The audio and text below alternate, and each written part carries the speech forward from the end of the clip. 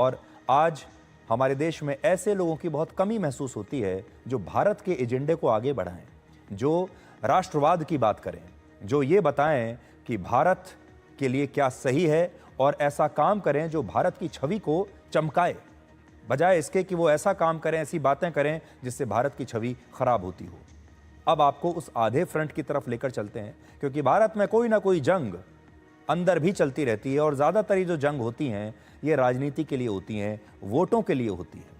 इसलिए सबसे पहले आप ये वीडियो देखिए जिसमें मुंबई में एमएनएस के कुछ कार्यकर्ता एक दुकानदार की सिर्फ इसलिए पिटाई कर रहे हैं क्योंकि उसने मराठी की बजाय हिंदी में बात की थी। जरा ये वीडियो देखिए।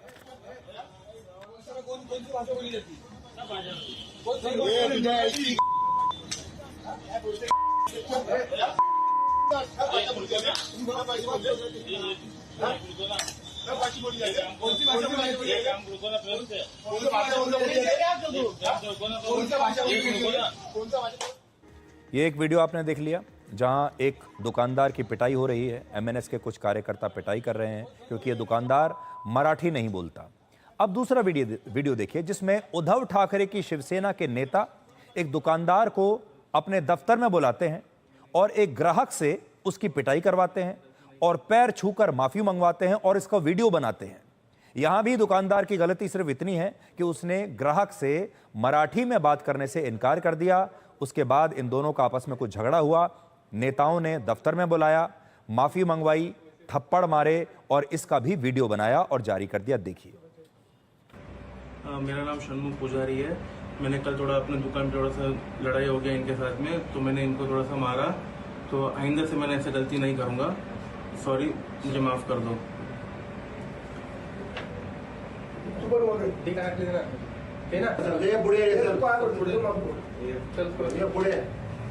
तू बोल पहले तो नाव घेते नाव सूर्य बोलतो तसं वस्तू वैसे बोल काल बोल सूरजेश्वर पूरा ठीक से पकड़ सूरजेश्वर बोल नाम ये मारा ये बस ज़्यादा चले। कुछ दिन पहले मुंबई के ही भांडुप इलाके में एक पति पत्नी ने ऑनलाइन पिज्जा ऑर्डर किया और जब डिलीवरी बॉय उन्हें पिज्जा देने के लिए पहुंचा तो इस पति पत्नी ने कहा कि वो पैसा नहीं देंगे क्योंकि डिलीवरी बॉय ने उनसे मराठी में बात नहीं की।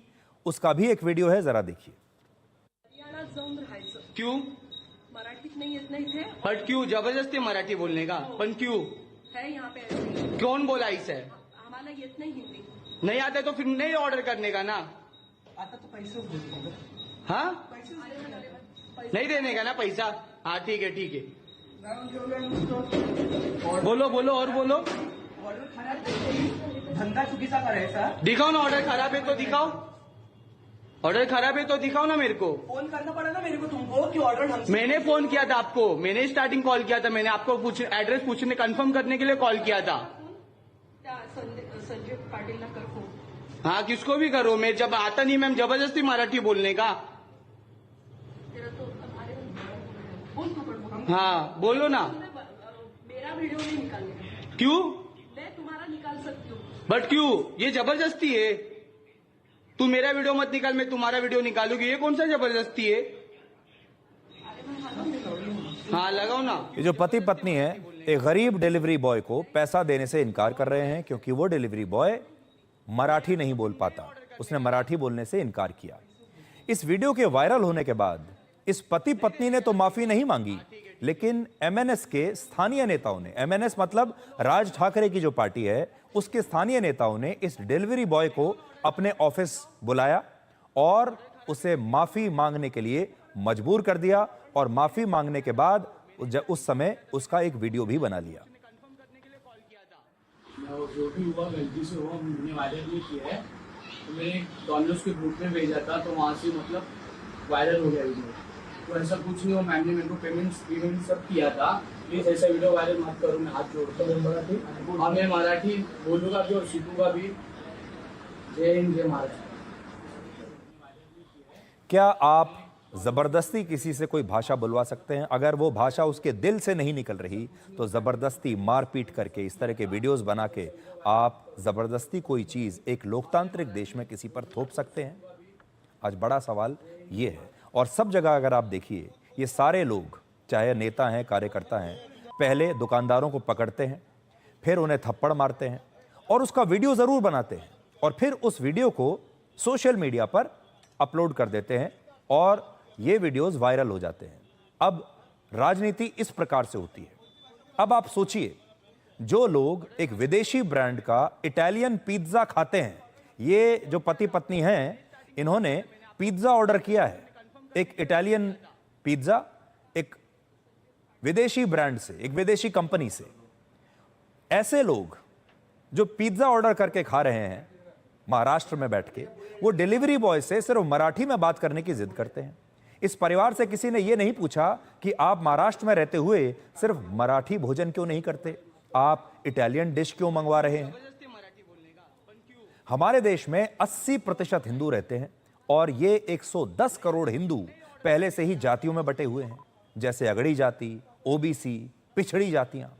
इन सारे वीडियोस में आपने ध्यान दिया होगा कि मारने वाले भी हिंदू हैं और पिटने वाले भी हिंदू ही हैं। पहले से ही जातियों में बटे हिंदुओं को अब भाषा के नाम पर बांटा जा रहा है और बीजेपी के नेता और महाराष्ट्र सरकार के एक मंत्री नितेश राणे ने अब इसे हिंदू और मुसलमान का मुद्दा भी बना दिया है।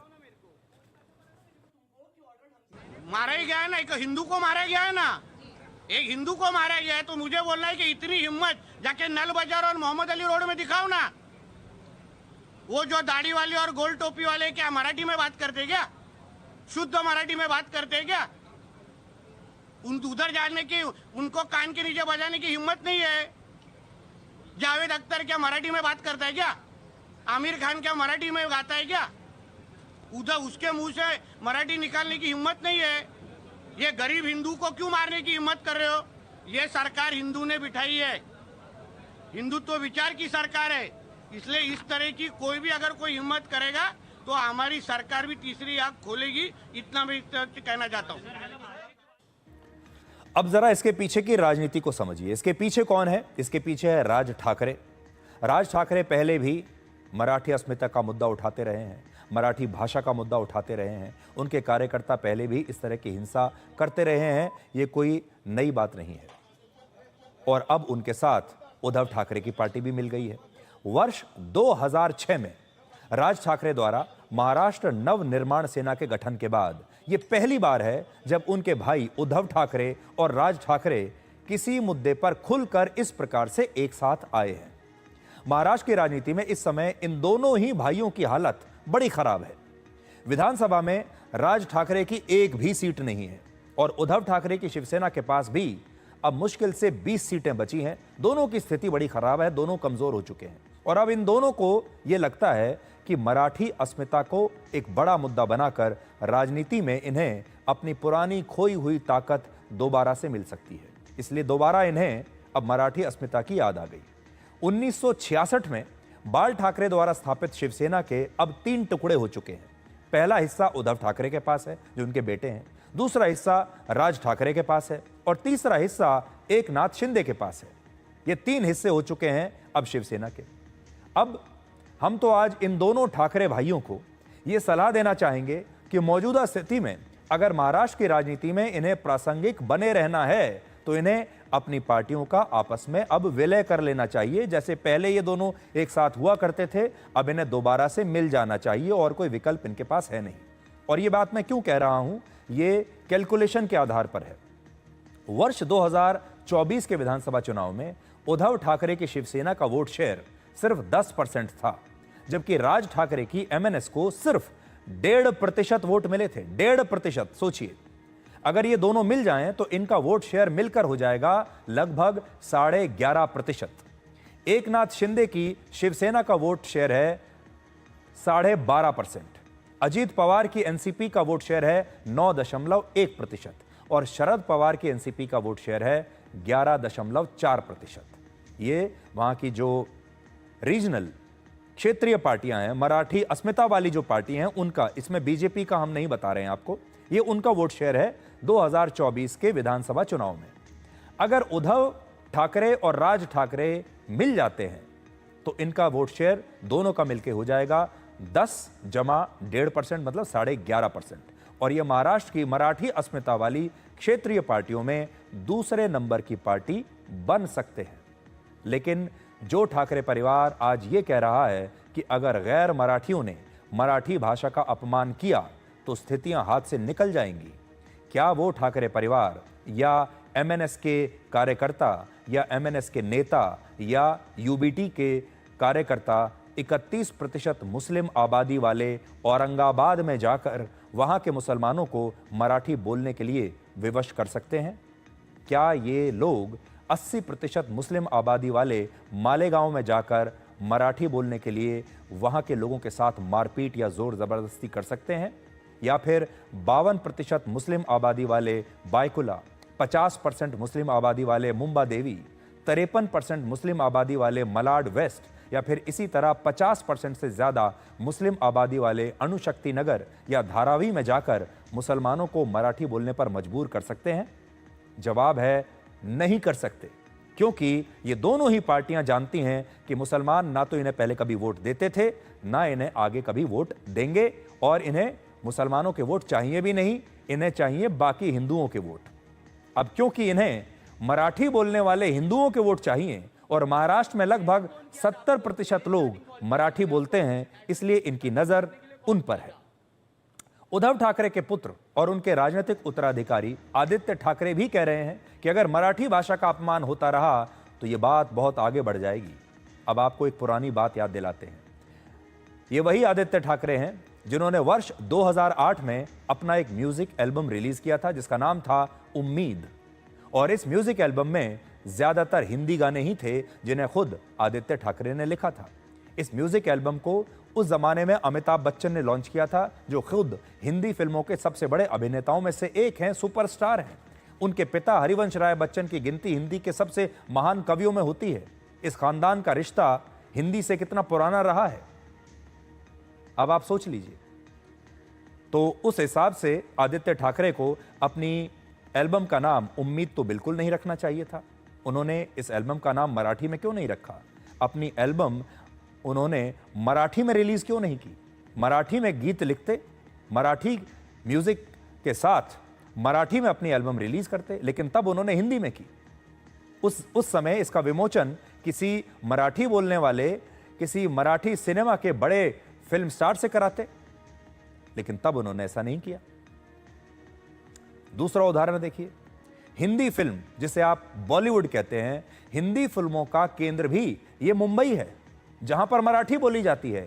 हिंदी फिल्मों का सबसे बड़ा केंद्र मुंबई है, बॉलीवुड है, जो कि महाराष्ट्र में है जहां मराठी बोली जाती है। हिंदी फिल्म और बॉलीवुड का केंद्र लखनऊ नहीं है, भोपाल नहीं है, उत्तर भारत में किसी हिंदी भाषी शहर में नहीं है, किसी हिंदी भाषी राज्य में नहीं है। हिंदी फिल्में सबसे ज्यादा कहां बनती हैं? पूरी इंडस्ट्री कहां पर है? मुंबई में, महाराष्ट्र में, जहां पर मराठी बोली जाती है। तो फिर इन लोगों ने बॉलीवुड पर कभी सवाल क्यों नहीं किया? मुंबई में एक साल में ही हजारों हिंदी फिल्में बनती हैं। इन फिल्मों के निर्माण के दौरान हिंदी बोलने वाले ही नहीं बल्कि मराठी बोलने वाले भी हजारों लाखों लोगों को रोजगार भी मिलता है और मनोरंजन भी मिलता है। तो क्या एमएनएस के कार्यकर्ता हिंदी फिल्मों पर प्रतिबंध लगा देंगे? वहां के सिनेमा घरों में जाएंगे और कहेंगे कि अब से यहां मराठी की फिल्में ही रिलीज होंगी? है इतनी हिम्मत उनकी? राज ठाकरे की खुद न जाने कितने हिंदी फिल्मों के अभिनेताओं से बड़ी अच्छी दोस्ती है। क्या राज ठाकरे अपने इन दोस्तों को मराठी में बोलने पर मजबूर कर सकते हैं? क्या वो ये कह सकते हैं कि अब उनके जितने भी फिल्मी दोस्त हैं वो उन फिल्मी दोस्तों की, फिल्मी एक्टर्स की पार्टी में नहीं जाएंगे जब तक वो फिल्मी एक्टर मराठी नहीं बोलेंगे? क्या है इतनी हिम्मत? अब आपको मुंबई इंडियंस के बारे में भी बताते हैं, जो कि आईपीएल में मुंबई की टीम है। वर्ष 2025 में आईपीएल में मुंबई इंडियंस की जो टीम खेल रही थी उसमें 23 में से 16 खिलाड़ी महाराष्ट्र के थे ही नहीं। क्या कभी एमएनएस के कार्यकर्ताओं ने इन खिलाड़ियों से पूछा कि उन्हें मराठी आती है या नहीं? इनमें से कितने खिलाड़ी मराठी बोल सकते हैं? क्या वो ऐसा करेंगे? भारत में 22 आधिकारिक भाषाएं हैं, जिनमें से 21 वो हैं जिन्हें उत्तर से लेकर दक्षिण तक, पूर्व से लेकर पश्चिम तक करोड़ों हिंदू बोलते आए हैं। 22वीं भाषा उर्दू है, जो आक्रमणकारियों द्वारा बोली जाने वाली भाषाओं जैसे फारसी, तुर्की और अरबी के साथ हिंदी के मिश्रण से विकसित हुई है और जिसे देश के ज्यादातर मुसलमान बोलते हैं। हिंदू भी बोलते हैं, लेकिन ज्यादातर इसे मुसलमानों की भाषा माना जाता है। लेकिन उर्दू के साथ किसी को कोई समस्या नहीं। आज हम ये नहीं कह रहे कि समस्या होनी चाहिए, बिल्कुल नहीं होनी चाहिए। हमारा पॉइंट यह है कि आप इस देश में हिंदी बोलिए, उर्दू बोलिए, संस्कृत बोलिए, मराठी बोलिए, बंगाली बोलिए, लेकिन दिल से बोलिए। जो आपकी इच्छा है, जो आपकी मातृभाषा है, जो दिल से निकलती है, वो बोलिए। कोई आपको जबरदस्ती नहीं कर सकता। स्थानीय भाषाएं न बोलने वाले मुसलमानों से भी किसी को कोई समस्या नहीं है, लेकिन ऐसा लगता है कि भाषाओं के नाम पर सिर्फ देश के 110 करोड़ हिंदुओं को एक बार फिर से बांटने की कोशिश हो रही है। भारत के संविधान का अनुच्छेद 19 आज मैं लेकर आया हूं, मेरे हाथ में है। यह भारत के सभी नागरिकों को अभिव्यक्ति की स्वतंत्रता, भारत में कहीं भी आने जाने की स्वतंत्रता, भारत के किसी भी हिस्से में निवास और बसने की स्वतंत्रता, किसी भी राज्य में जाकर व्यापार या नौकरी करने की स्वतंत्रता देता है। देखिए, मैं आपको पढ़कर बताता हूं। भाषण और अभिव्यक्ति की स्वतंत्रता यह भारतीय नागरिकों को भाषण, लेखन, मुद्रण और संचार के अन्य रूपों जैसे विभिन्न माध्यमों के माध्यम से अपने विचार, अपनी राय, विचारों को व्यक्त करने की पूरी आजादी देता है। क्या कह रहा है? आप किसी भी भाषा में, किसी भी माध्यम से अपने विचार व्यक्त कर सकते हैं, किसी भी भाषा में लेखन कर सकते हैं, भाषण दे सकते हैं, किसी भी भाषा में कम्युनिकेट कर सकते हैं या व्यापार कर सकते हैं। वो मुंबई में जो व्यापारी था, दुकानदार था, वो इस अनुच्छेद 19 के तहत बिल्कुल प्रोटेक्टेड है, सही काम कर रहा था। दूसरा, भारत के पूरे क्षेत्र में स्वतंत्र रूप से घूमने की स्वतंत्रता है। भारतीय नागरिकों को सुरक्षा, सार्वजनिक व्यवस्था, दूसरों के राइट्स की सुरक्षा के लिए राज्य द्वारा लगाए गए उचित प्रबंधों के अधीन देश के भीतर स्वतंत्र रूप से कहीं भी घूमने का अधिकार है। भारत के किसी भी हिस्से में निवास करने और बसने की आजादी है। यह अधिकार सुनिश्चित करता है कि नागरिक भारत के किसी भी हिस्से में निवास कर सकते हैं और बस सकते हैं। आगे सुनिए, किसी भी पेशे, व्यवसाय, व्यापार या व्यवसाय को अपनाने की स्वतंत्रता। इसके तहत देश के सभी नागरिकों को किसी भी पेशे यानी प्रोफेशन, व्यवसाय यानी बिजनेस और व्यापार को चुनने और अभ्यास करने का पूरा अधिकार है। आज वो सारे लोग कहां हैं जो कहते हैं कि हमारा संविधान खतरे में है? वो सारे नेता कहां चले गए जो बात बात पर, हर मंच पर, हर भाषण से पहले संविधान की कॉपी लेकर आते हैं और कहते हैं कि ये हमारा संविधान खतरे में है और हम इसे बचाएंगे? आज हमारे देश में इन गरीब और लाचार लोगों पर इस तरह के अत्याचार हो रहे हैं। आप जो आपकी स्क्रीन पर है, सोचिए अगर ये आपके किसी परिवार के सदस्य के साथ हुआ होता। मैं युवाओं से ये बात पूछता हूं, अगर ऐसा कोई आपके पिता के साथ करे, आपके भाई के साथ करे, आपके छोटे भाई के साथ करे, आपके पुत्र के साथ करे, तो आपको कैसा लगेगा?